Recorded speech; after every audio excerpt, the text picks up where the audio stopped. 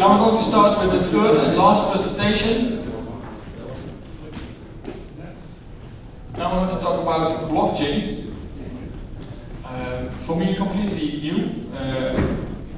So I hope I'm going to get some more detailed information about it, what we can do about it, what it will bring to us in the future. And I would like now to give the word to Walter Bril.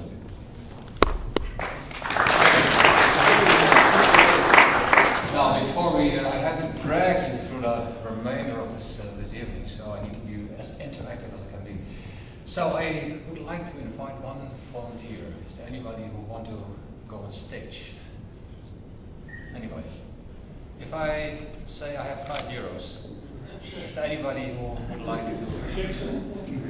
Anybody, please come forward. This is an experiment.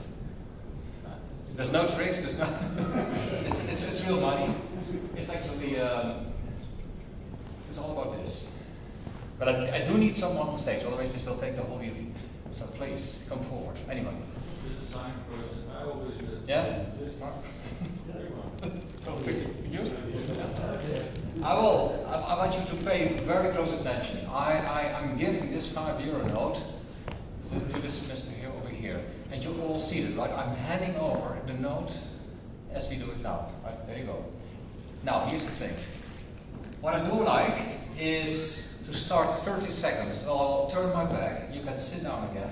You can pass, that's the awkward thing, you can pass the 5 note to anybody in the audience, whilst I'm not looking at it. So, after those 30 seconds, someone of you, and I don't know who that is, has the €5 note. However, you need to pay attention very carefully who has the €5 note, right? So he's going to pass the €5 note. You pay attention where that note is. I will turn around. After 30 seconds, I will stop. I will turn around again. And you guys have to point to the person who has that €5 note. Is that sort of clear? Yeah? Let's just start. I will turn right now. So there you go. I'm not looking. There's no mirrors. I'm not a magician. No idea what's going to happen. But do pay attention. Try to remember to float the €5 note.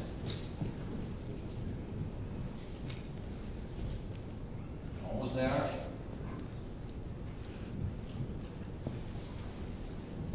And right. Okay, I'll turn. Could you please point to the person who has the €5 note? Could you please? Could you please hand over the 5 notes back to me, please? Thank you very much. So what you just have done is physically presented the blockchain. Maybe I should start your presentation now. Let's just keep this in mind. Right. First, a little history.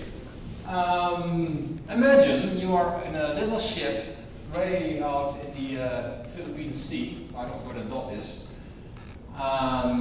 And you are there with some unknown people, your father, in a boat, wild sea, and you're rowing like crazy. Or maybe you are sailing because the boat might have sails, I don't know.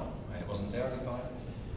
And you are, well, actually you have to sort of overcome a big distance because you are one of the inhabitants of the island of Yap.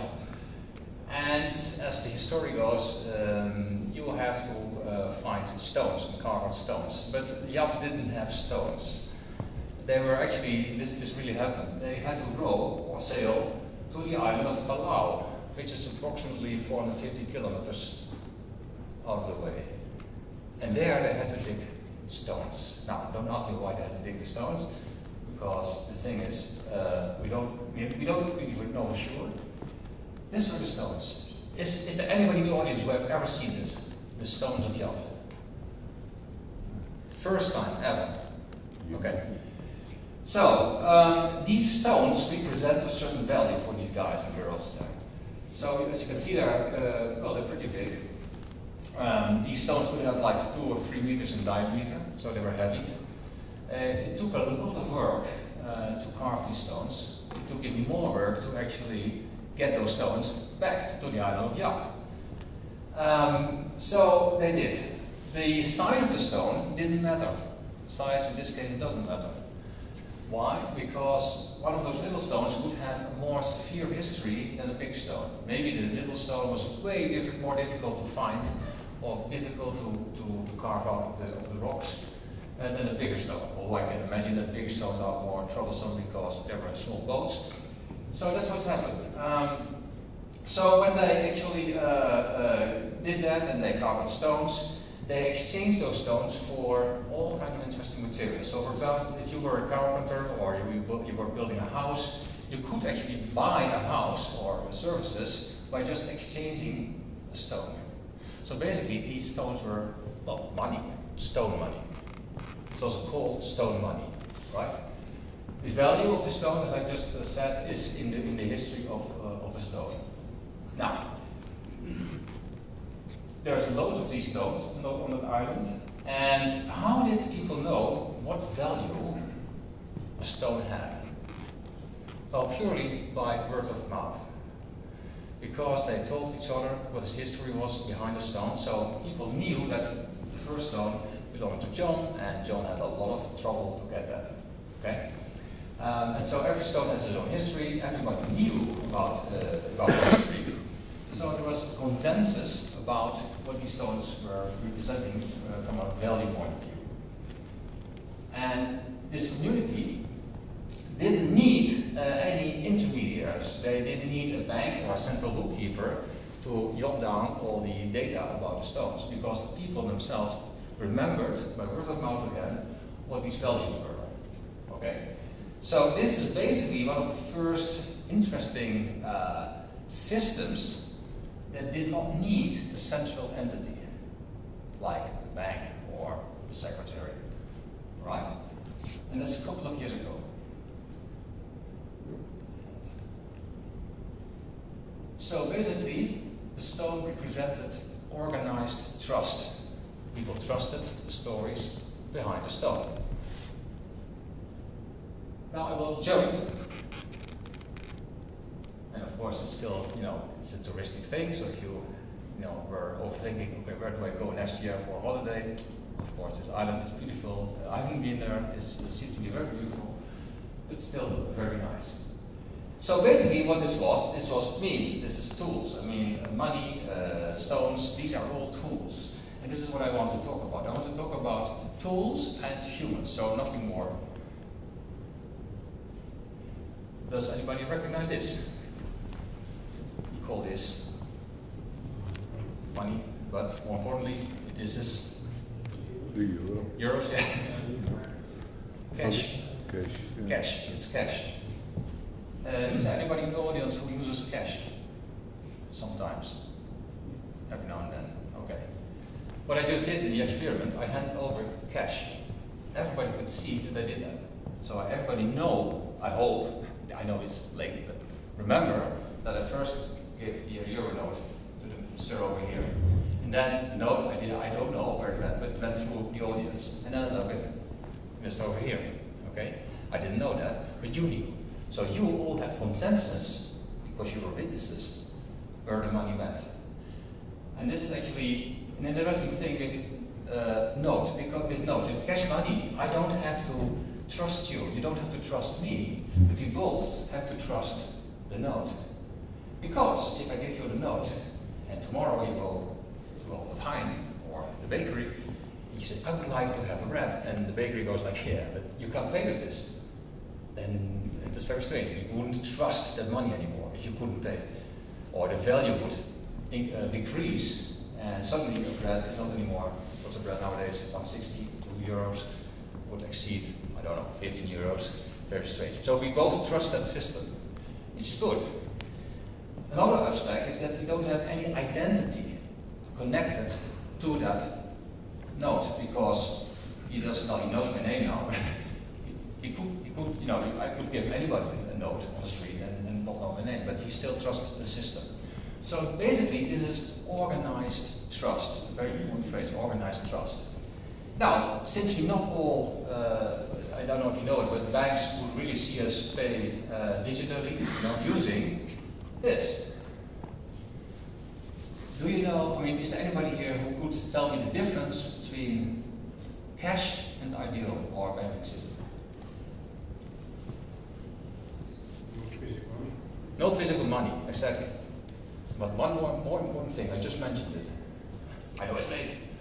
But There should be a backup in gold somewhere. yes, there's a backup, but there's also in cash, it's also backed. And then trust, yes, yeah. Intermediate, very good, yes, and also the identity stuff, right? So here I do need an identity. I can just start using my PIN pass and then just, you know, there's an identity connected to it. Very important thing. But also very important is indeed is the intermediate function, because this was a peer-to-peer transaction. I have some money, I hand over the money. I don't have the money anymore. He has the money. Ideal means I transfer the money, but it is not going like to his wallet. It's going to the bank. They look at my account and say, yes, he still has 10 euros left, so 5 euros could be done. And transfer the 5 euros. So you have to trust the bank to have their things in order, their systems in order, right? To keep things simple. So basically, cash money is not the same, or not completely the same, as digital money or digital banking. And now we are going to make a very big jump. January 2009, the 3rd, was the first time that there was a Bitcoin transaction. Now, why am I mentioning Bitcoin? Because Bitcoin is what it all started. And it all means the blockchain. Don't worry, I will talk about blockchain. But this is a very important thing. The Bitcoin is basically cash money digitized.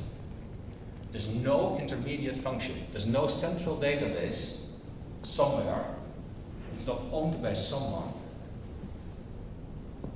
So when I transfer a Bitcoin, it basically goes the same. When I transfer a Bitcoin to, for example, you, I don't have it anymore, but you have it. So it's the first time in digital history that we can move a value rather than copy a value. When I transfer money using Ideal, I basically tell the bank, please, transfer 5 euros to sir. The bank then changes some numbers in the database. So I have to tell them it's a centralized thing. And the Bitcoin is totally different. What we just did with the 5 euro experiment is basically the Bitcoin network. It goes through the audience. Everybody has seen it, that something is happening, and we trust the system. So we trust this audience. So you have to trust each other that the money is going from A to B to C to D, etc. Right? Now, in our current system, we have to trust one entity. It's called the bank, right? So we have to trust that they, don't do things like money laundering. I mean, some banks do. No names here, especially not here. But anyway, so that's currently a very interesting development. And what you see mainstream is that what people don't get is actually that this is it's a different system. It's digital, it's a digital banking system. So who owns Bitcoin? That means who invented the system? We don't know. It's just there. It could be a group. It could be one guy or girl. It's just there. It exists. It's not going to go away. Now, what has this to do with blockchain? Well, blockchain is just an element, a basic element of this whole system. It is basically a distributed database. Distributed database means that there's a lot of copies, in this case, on a lot of nodes. So consider you guys all a node in the network with memory. So they keep, how do you say that best? They are being kept in sync by consensus. So everybody here knew what the money flow was. So that's basically sort of similar. It's not completely the same. It's way more complicated. But this is the way you might want to remember. Now, if you go further, and that's what's going on right now. People are people. We already heard it today. So we have this invention of blockchain, Bitcoin, and all this fantastic stuff. So what happens next? Well, I will show you what happens next. This is what happens. Just, pay attention for a second. Just read the whole thing.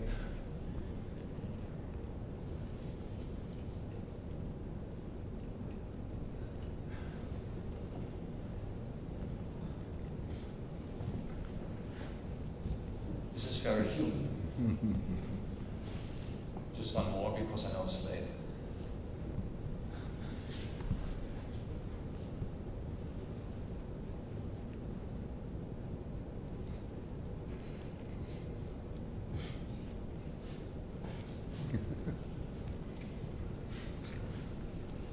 All right.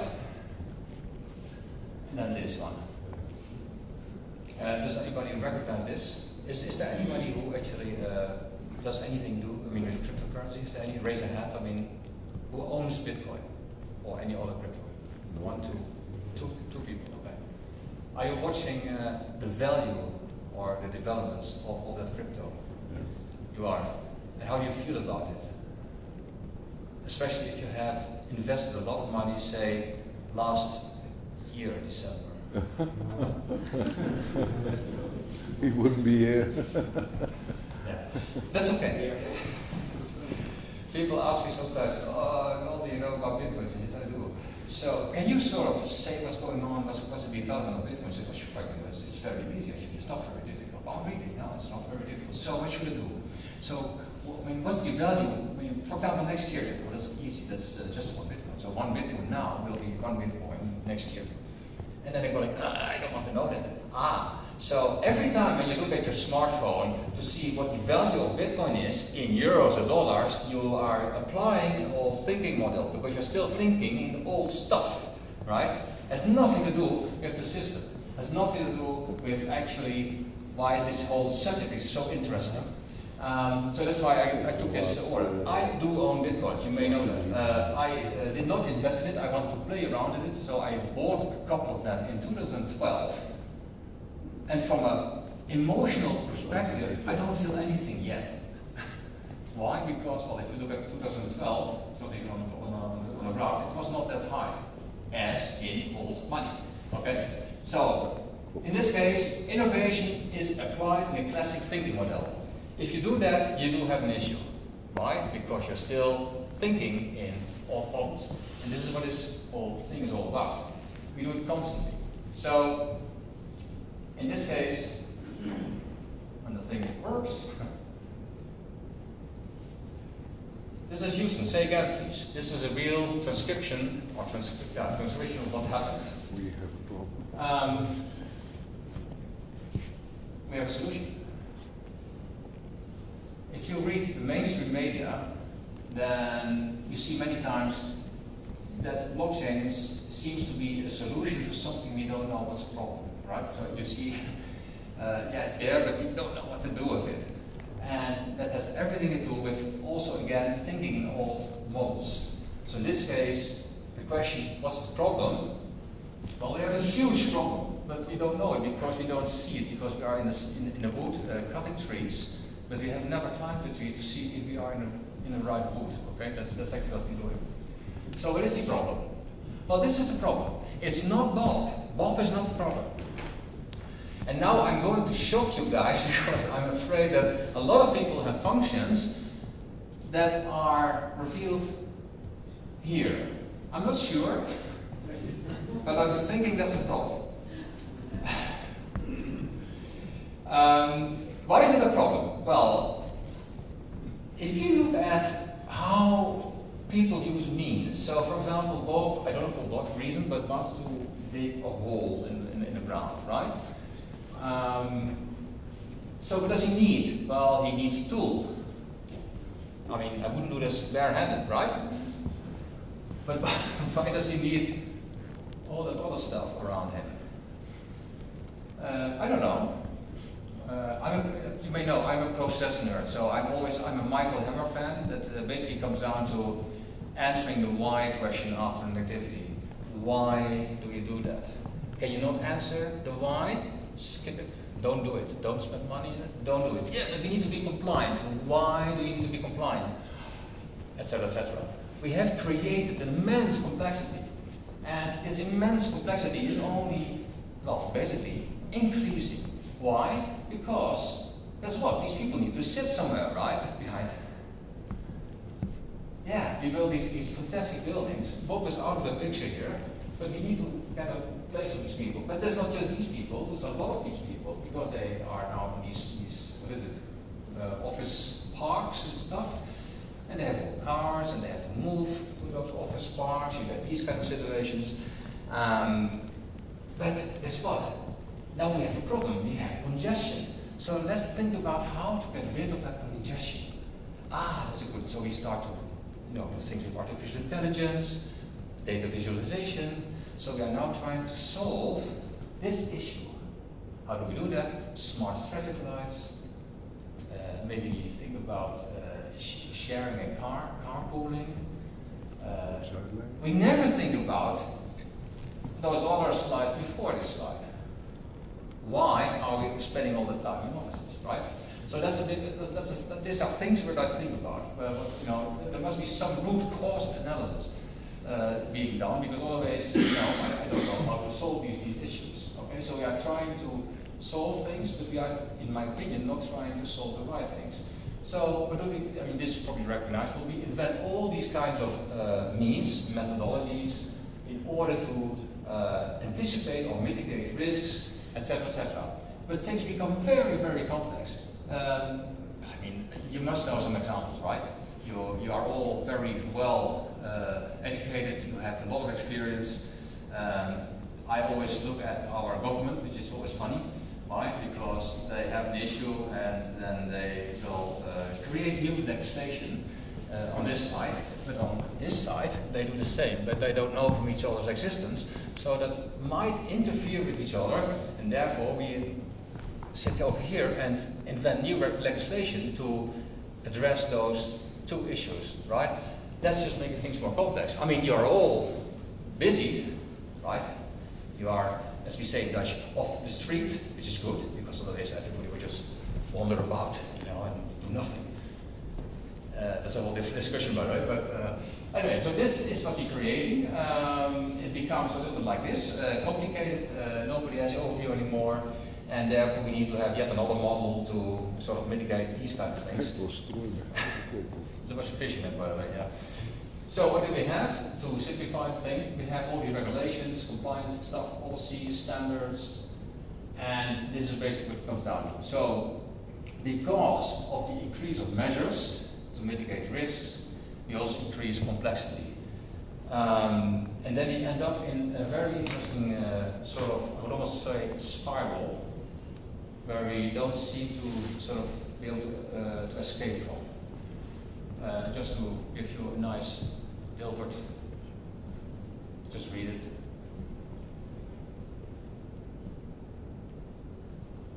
I do this every day, right? I always ask myself, so what I'm doing now, is this fun? Yeah, okay, then just don't stop doing it. So in this case, I'm thinking about, so what does really add value? However, value is a very subjective thing. So what value means for me, it means something different for somebody else. The problem that we have is this graph. Speaking about visualizations. So what do we have? We have supply and demand. We want to reduce insecurity, so we want to improve the trust. Therefore, we invent more institutions, and you have examples. Yes, I have examples. For example, we have banks we don't trust banks, therefore we have the DNB, which then sort of controls all the other banks. And then we have, exactly, yet another institute who controls those guys again, etc., etc. So basically, what happens, we create more institutions, therefore we need more specialists. As you probably know, specialists, when you have all managed projects, are very difficult to coordinate. They all have an opinion, right? So it's very difficult, so we have to find out needs, therefore we create a more complex world. If you create a more complex world, you create more insecurity, less trust, and therefore we need to, as well, more institutions, etc., etc., etc. So we are sort of making it very, very, very difficult for ourselves. It's very difficult to escape this model. Now, blockchain, the solution. Now we have something we can apply to this mess. However, they don't do it. we now invent things like permission blockchains. We are the only persons who are allowed to access this blockchain. How can I apply blockchain in my organization? Very strange question. The term blockchain obviously is hyped, has been, I would almost say, hijacked, and it doesn't anymore, well, in the mainstream media, it doesn't represent anymore what it's all about.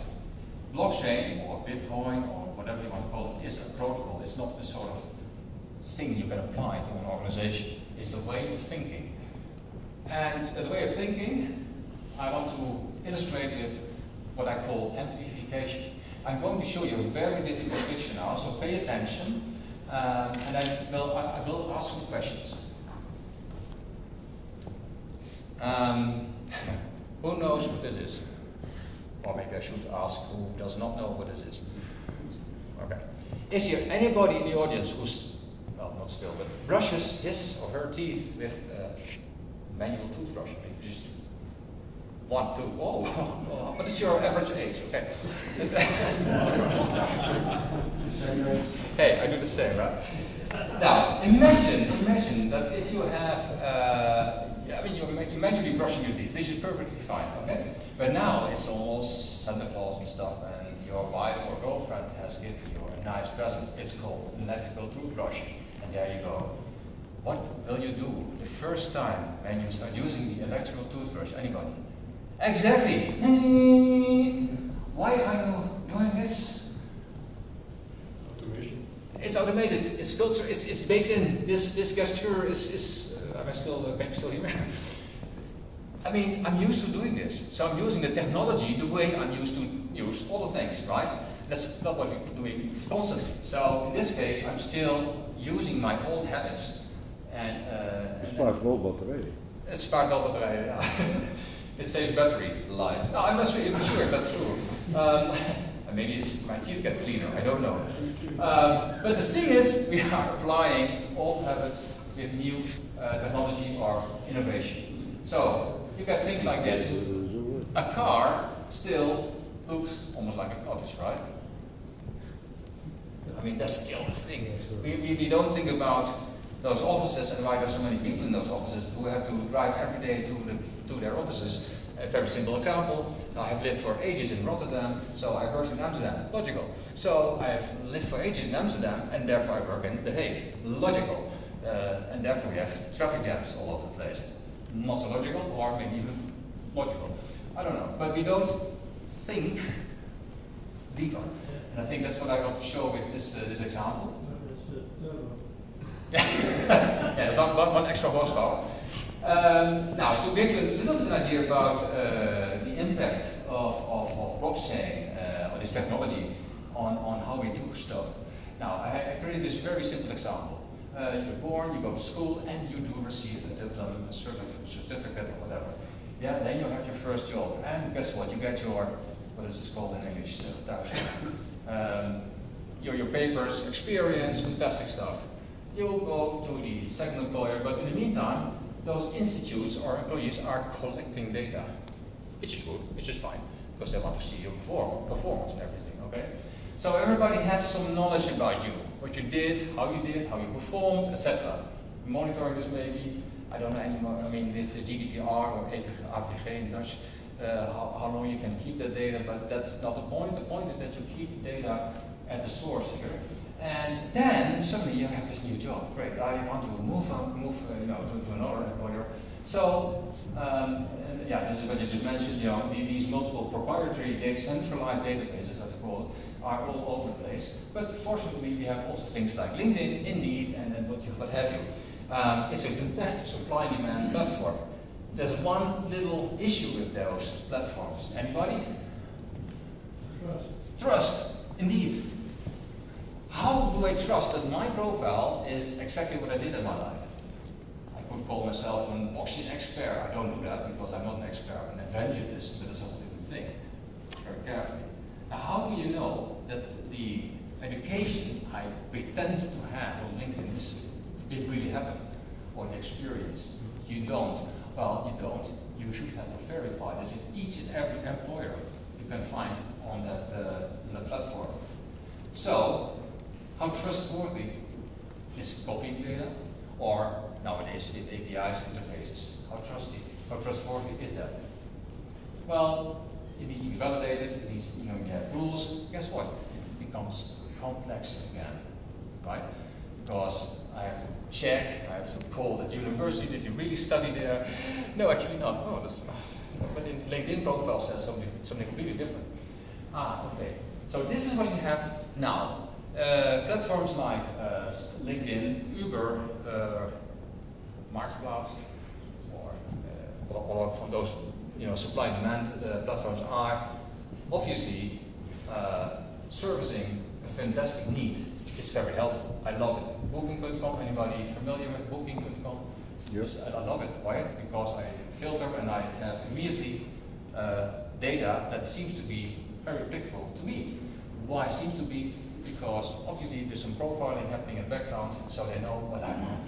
Or maybe they want to steer myself, or to steer my in a certain direction.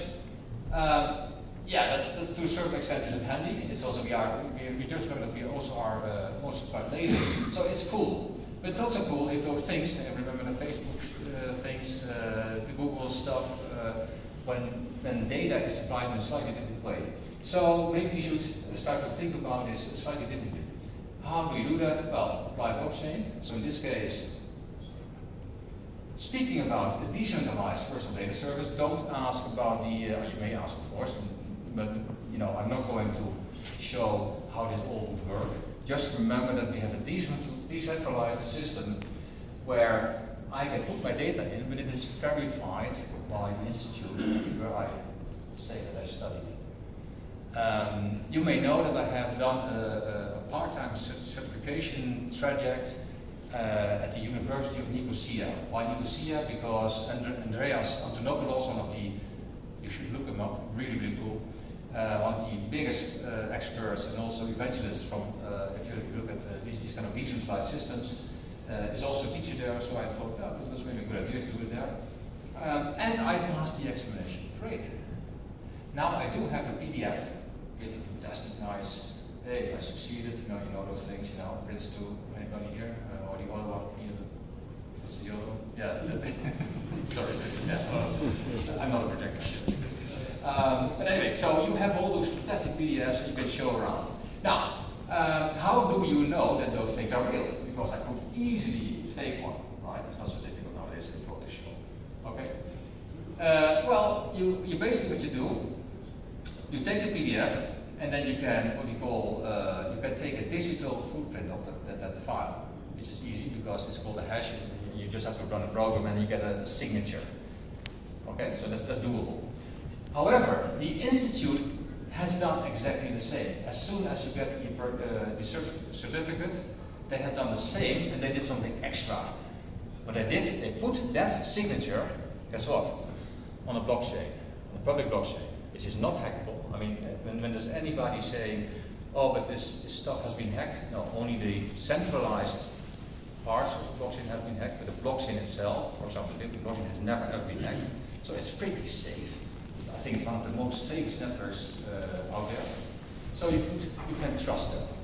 What they have done, they put that signature on the blockchain, and now I show you my PDF. Now, the only thing you have to do is, okay, what's the signature? Okay, that's an ABC, and Nicosia says, there's no ABC. There's a mismatch, so it's not true. If everybody would do that, then there's no need anymore for those intermediates. And that's a scary thought for some. So what happens is that let me just go back for one moment. What you could do now is the new job guys, I mean, there might be a job available, don't have to go through recruiters, they don't have to go through database. They basically can just go peer-to-peer to a guy. Hey, you said you studied there? Yes. Okay, let me just check it. Okay, it's the truth. Fantastic. So it is a very, very nice way to validate data, so to trust data. Okay? So that's actually what you can do with them. I mean, this is just one example, but there are millions of examples, but this is just one example of how to do that. There's other examples which I will show you later on. So a lot of food for thought. Now, this is an interesting picture. Why is it so interesting? Is there anybody here who would tell me what is the most interesting aspect of this picture? You hold a new technology combined. Yes, yes. You see two technologies, right? Steam and wind or sail. Now, why would I, when I have steam, that means innovation, still use sails? Because the uptime is too low. It's a new technique and it's not. Yes, very nice. I like it. Very, very good. So basically, the trust in the new technology, for whatever reason, is not yet there, right? So let's just use the sails, just in case. Some people say no, this has technical reasons because sometimes the wheels, the scoop, didn't touch the water and therefore you had to raise the sails, so it's bullshit. It's just a matter of trust. Now, there might be some technical issues. I mean, if there's any sailors out here, they're going to falter. I mean, sorry, but okay, fine, we talk afterwards. But this is a great example of combination. We are right now in the middle of this. We are currently applying new technology in old thinking models still. But that's okay, we have to learn, right? We have to experiment. So basically, what happens, or is going to happen, well, this is what I think is going to happen. Within the next couple of years, say like 2 to 5 years, we of course will apply old classic thinking models, not because we are stupid, but it's just the way we are. We are humans, we have a current system. My girlfriend always says, please, can you just stick to the now rather than... Yes, so you have to be very realistic about it. Well, proof of reputation is very realistic. It can be done as we speak. It is already happening as we speak, so that's already doable. Okay. Things like supply and demand platforms, LinkedIn versus that's a new one, Doc.io. It's all in the making. It's happening as we speak. So there's a lot of examples. Supply chain, yes. You could say, yeah, but you know, they are all permission blockchains, so there's still a juridical owner. Yeah, I know, but you know, we are in the learning phase. That's fine. That's okay. What the guys are doing right here in Brighton's is all learning, right? You could argue, yeah, we should go on a public blockchain rather than a permission blockchain. Don't even, you know, think about it. We are in a learning phase. However, I do think that after a while, I don't know, is there anybody here who has ever seen on YouTube the guy who said, or who was actually interviewing about mobile phones, and is sort of, no, I'm not going to use that. Why should I use a mobile phone? I really, I mean, DVDs, I mean, are you really, I mean, are you crazy? I'm not going to stream data because I have a 300, what is it, bit line. Yes, at the time. But technology evolves and, you know, and goes on and on and on. And now I have a 500 megabyte, or megabit, sorry, download capacity. So I can easily download loads of data. And therefore, technology enables stuff which I couldn't do before. So, this whole discussion, for example, about scalability. Oh yeah, but you know, the current systems can do, what is it now again? 20,000 transactions per second. And I go, yeah, but the midpoint can only do 7 transactions per second. That's not what we should discuss. The thing is, I want a system that can do millions of transactions per second, maybe billions. That's how you think. Then you go on like, so my light needs to talk to my refrigerator or something. Yeah, it needs maybe to pay. And most people go like, oh, no, light off. Well, that's, I think, the way to look at these things. So rather from organization, as we just saw, offices, why not think about organizing capability? We don't need to think about how we stop people in offices doing, as David Graeber sometimes says, doing bullshit jobs, when it is 5 o'clock. Is there anybody, by the way, it's today Wednesday, right? So who is longing for the weekend? Yes. Oh, yes. Why? Why? I mean, don't you love your job? You just want to go home, right? You want to go to your girlfriend and drink a glass of red wine and all that stuff. Me too. But that's not the point. The point is, you need to like what you do. I think, I mean, it would be really a waste of your life not to do anything that you don't like, right? So that's something. What has this to do with this picture over here, with this text? Well, surplus time. Having a job is seems to be pretty normal to have a job. You know, you pay, you work and you get paid, and if you work very hard, you get paid more, and if you get paid more, you can buy a larger house, maybe even 2 houses, and then brings me to, why do I buy a house? Well, because I want to move. Not because I want to make an investment for later, because there's no later. Anyway, so surplus time, it's very strange that we don't have that yet, right? We still have to work 40 hours a day, a week.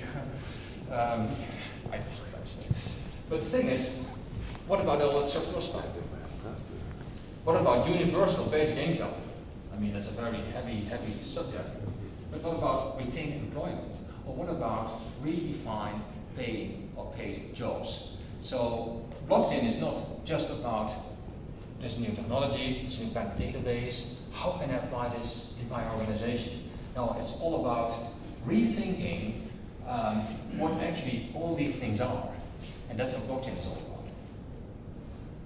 So, what happened? Well, this is basically what happened.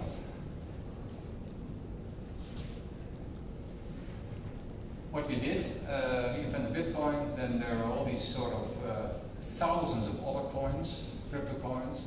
So if you didn't understand Bitcoin, you certainly don't understand all the other coins. And then suddenly there were smart contracts. We did actually a little smart contract here because I built in an if statement in the beginning of this presentation. I gave the money to Mr. over here, and I said, but I will turn around and we will build an if statement in 30 seconds. After 30 seconds, I will turn around and want my money back. That was the if statement. Although I wasn't very clear about getting the money back, but that's all different thing. So this is probably where we are right now. Go back to fact about everything. Yeah, we have to learn. That's where we are. So technology is a useful servant but a dangerous master. So don't let technology drive you. It does form you. You get used to it, but don't let it drive you. Thank you very much. You're welcome.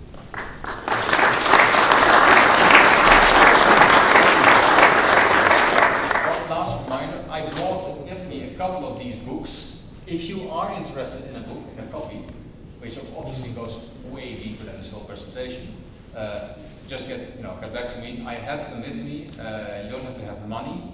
I can always send an invoice. So, okay, Lars, I think.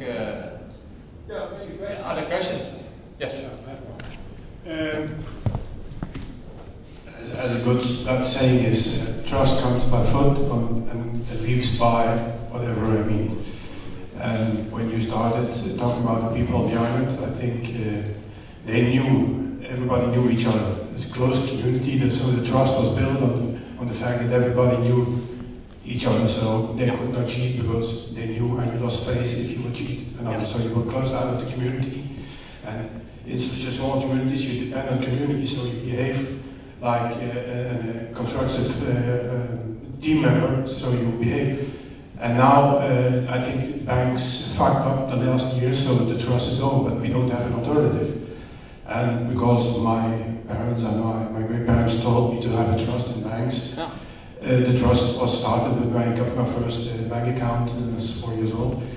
But now the changes are that fast, and where do I get my trust from? I have to create it myself. And I've stepped into and I transfer my Euro account into a Bitcoin account.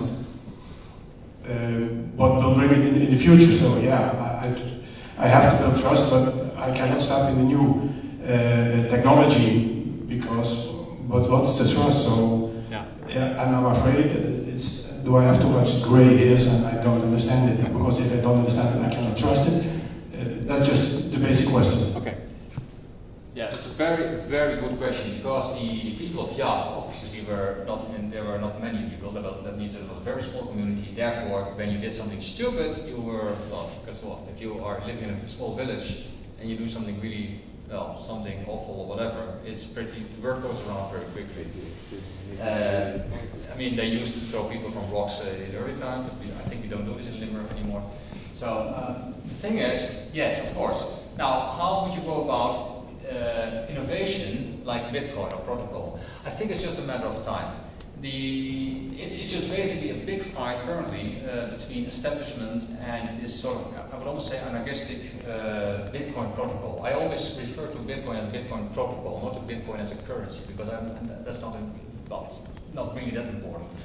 It's far more important the fact that you can move stuff around, as in move stuff around, and not make a copy of it, etc., and then go to an intermediate. I just recently bought a house, and I'm an, how do you say this? I have a BV, and as I'm the owner of that, so I'm not employed, I'm employed myself. Now I can tell you, you have to go through a lot of, shall we say this, stuff. Bureaucracy. Shit. For the validation stuff. I do really believe that later on, and I mean maybe 10 years from now, maybe 20 years from now, we are so sophisticated, we have these kind of protocols that I can just, if you have a house and I want the house and you want to sell the house, I can just send you an email and basically that's the transaction. So we have simplified something, what we have complicated, not because we want to complicate things, but it was just needed because we needed to trust. Now the banks, as you very nicely said, fucked up a couple of things, so they lost trust with the people in general. There's also, I mean, we are Dutch, well, most of us are Dutch, I think also in Germany or Belgium, we like to bash, you know, bad things. So that's probably also going on. There's a big but. Say it again. There is a but. A but. Yes. Say.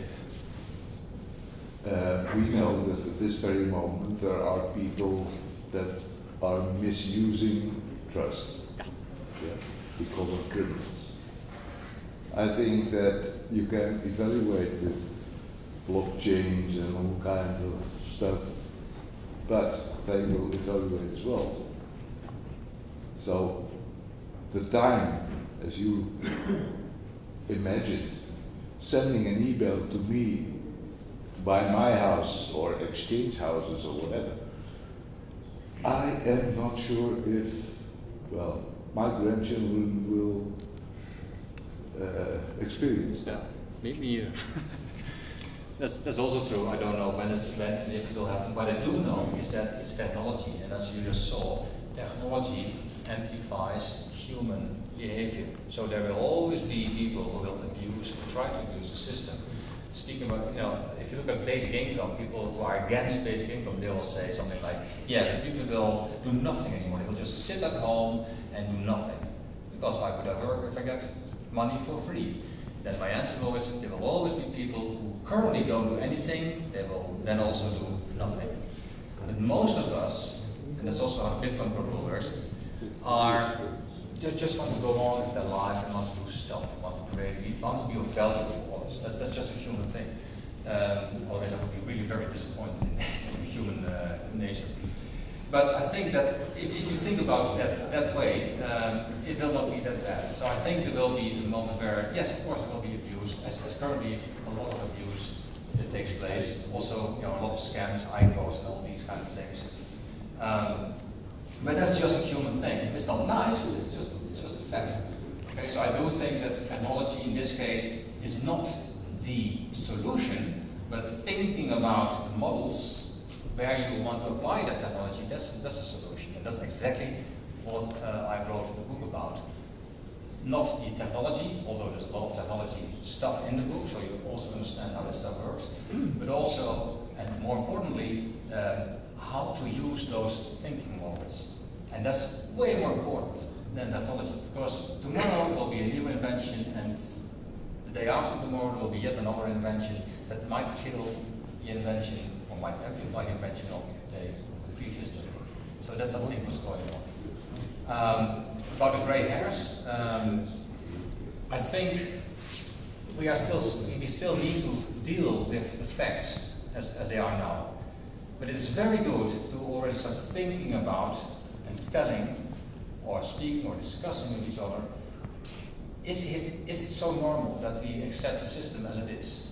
I'm not here as an anarchist or something, or very ladies.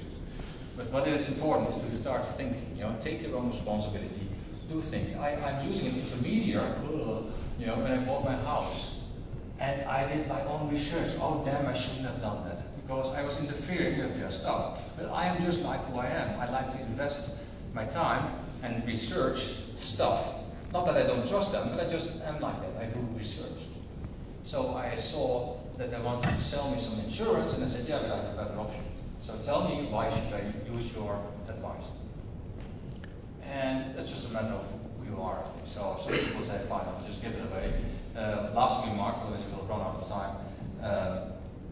If you own Bitcoin or cryptocurrency, many times you hear, yeah, but if you lose it, as in, I don't have the secret key anymore, then you lose it.